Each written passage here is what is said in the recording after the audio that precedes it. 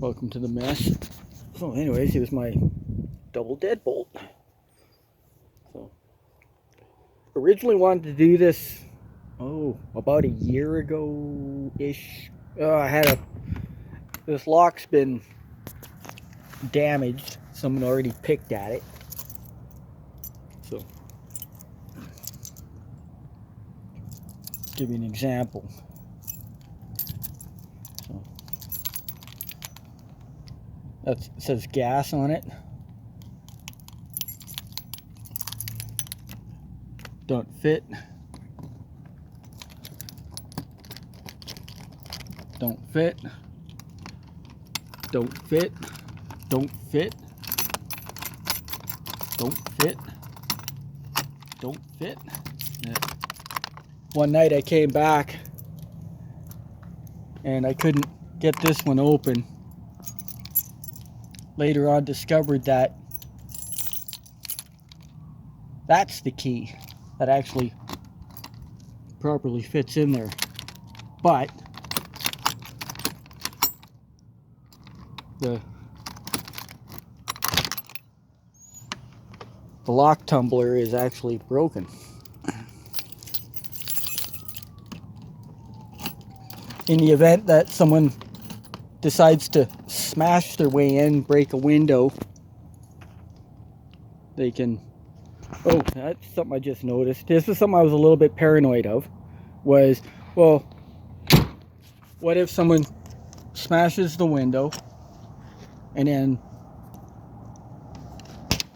tries to remove this deadbolt so they can actually get access to it. And so what I'm going to do later is I'll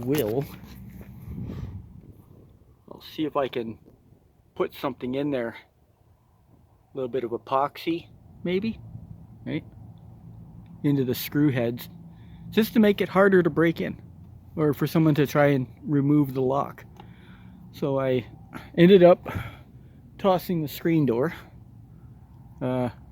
This little dent here and here was where I made attempts to start trimming away at it. And all of a sudden I just said, no, screw it. It was taking too long. It was so anyways, what I did was I fixed this hole. I discovered that here, I thought, okay, I'll just lock the door and the lock would go in or come out maybe about yay far, not knowing that someone could possibly find a way to make that bolt slide back. Same thing with this one.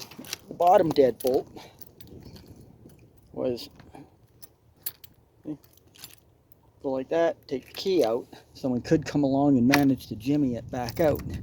So what I wanted to make sure was there's no accessibility when the key is out. And I took this deadbolt apart as well, the old one.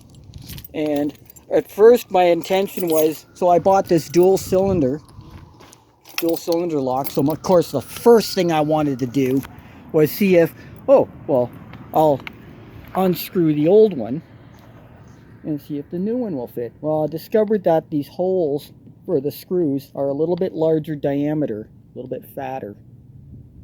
And I didn't want to do anything to this deadbolt mechanism.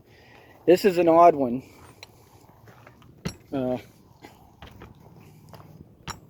This is your average, I think it's just 2 3/4 or something like that. But this one here, this deadbolt comes out, I think 5 inches, 6, looks like between 4 or 5 inches out, right? It's got a longer assembly on it.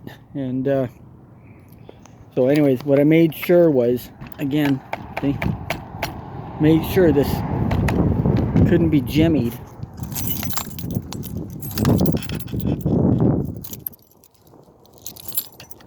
So I ended up, see if you can see this or not, but here's the first layer. This wasn't that, I was worried this wasn't very effective as a deadbolt security. So I drilled into here bored this out, and I played with this until the deadbolt came fully out. And I did the same thing here. I just finished this one minutes ago, and that's fixed. So what I watched for, here's how I tested it, was in the open position, put the deadbolt in, and see the angle? The key goes just slightly over, right? And again, the deadbolt's fully extended. So when I first started putting this together, it was only doing this bump, bump, bump, bump, bump, bump, bump, bump, bump, and it wasn't quite turning all the way. Then I got the first hole cut in, and it started to go in a bit, and it was ending kind of right there, right? And then as my sort of gut instinct, when I saw, okay, it was coming in at about that angle, I realized, no, the deadbolt's not set. So to properly set the bolt,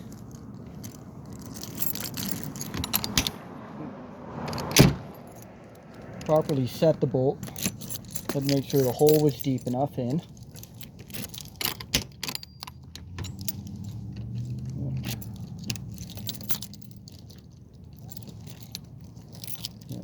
The reason I did this one as a double cylinder, and so when I go out, I don't have to worry about anybody trying to really break in, or it makes it a hell of a lot harder.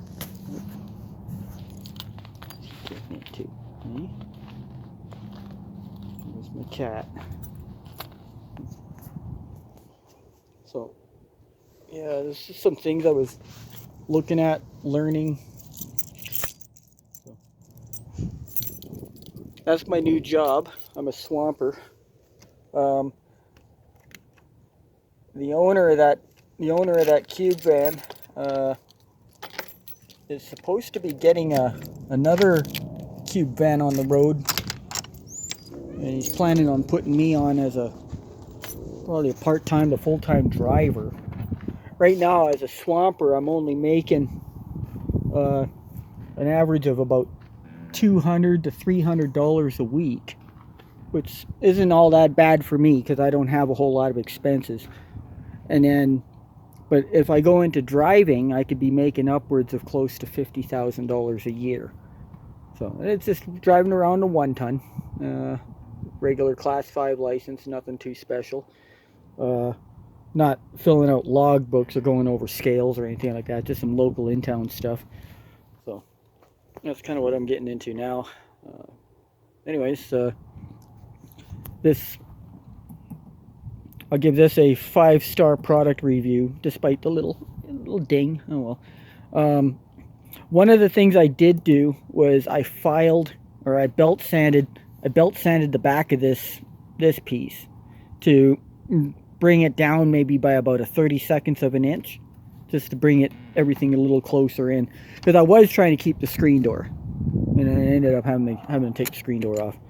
So, the screen door never stays closed anyways. If I leave the door out, I usually tie a lanyard or like a thin rope onto this and hang it around the mirror so that the wind doesn't cause the door to sail or do damage to the hinges with the door swinging too much. Yeah, we get extremely violent winds around this region. Okay. So I bought a hole saw. It wasn't quite the perfect setup, but pretty darn close, anyways, for my use, my need. So yeah, that worked out okay. Interesting little feature is these little slots to get the thing out, but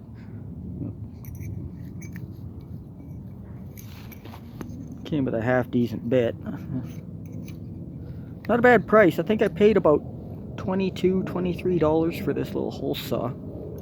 There was another hole saw set, same brand, the Ryobi brand. There was another one, only came with two hole saws, and that was specifically as a door installation. type of thing, and they were asking $30 for it. So I was kind of like, fuck that. Not interested. It was just a little too pricey, a little too stupid in my opinion, for price range. So I refrained from it. Anyways, this video is getting kind of long and almost pointless right now, so I'm going to cut it from here. So anyways, thanks for watching.